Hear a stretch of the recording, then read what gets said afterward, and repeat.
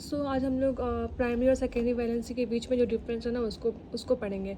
तो पहले हमें ये जो 4 पॉइंट्स हैं ना, इसको आप एक बार घर पे जाके रीड कर लेना। वैसे मैं आपको एक्सप्लेन कर दे रही हूँ यहाँ पे। तो पहला पॉइंट ये है कि जो लिंकेज है वो हमारा 2 टाइप्स का है। कोऑर्डिनेशन कंपाउंड में मेटल का जो लिंकेज जो शो करता है वो 2 टाइप्स का होता है। पहला क्या होता है, प्राइमरी होता है, दूसरे का सेकेंडरी होता है। सेकेंड पॉइंट में आप देखोगे यहाँ पे primary valency are normally ionisable and satisfied by the negative ions.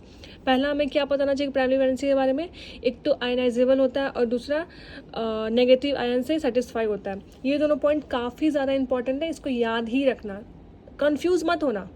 Ionization और नॉन आयनाइजेबल से कंफ्यूज मत होना, मैं बोल रही हूँ मत होना। और दूसरा क्या है, सेकेंडरी वैलेंसी। सेकेंडरी वैलेंसी जो होता है वो नॉन आयनाइजेबल होता है। क्या होता है, नॉन आयनाइजेबल होता है। और ये किसके द्वारा सेटिस्फाई होता है, न्यूट्रल मॉलिक्यूल और नेगेटिव आयन से। किसके द्वारा, न्यूट्रल मॉलिक्यूल और नेगेटिव आयन से। और हमें ये पता होना चाहिए एक तो दो पॉइंट सेकेंडरी वैलेंसी का हो गया, पहला नॉन आयनाइजेबल और दूसरा न्यूट्रल मॉलिक्यूल और नेगेटिव आयन से सेटिस्फाई होता है।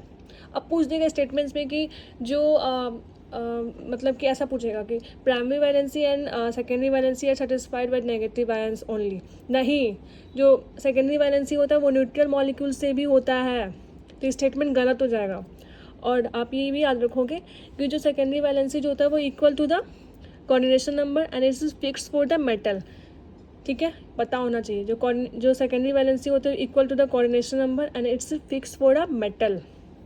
अब फोर्थ पॉइंट देखो, ions and group bond by secondary linkage to the metal have characteristic special arrangement corresponding to the different coordination number।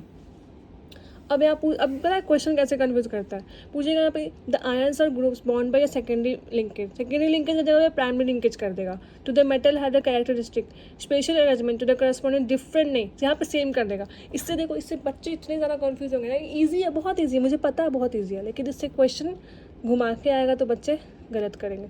तो प्लीज़ आप घर पे जाके इसको एक बार रीड करना। सो आज के लिए थैंक यू।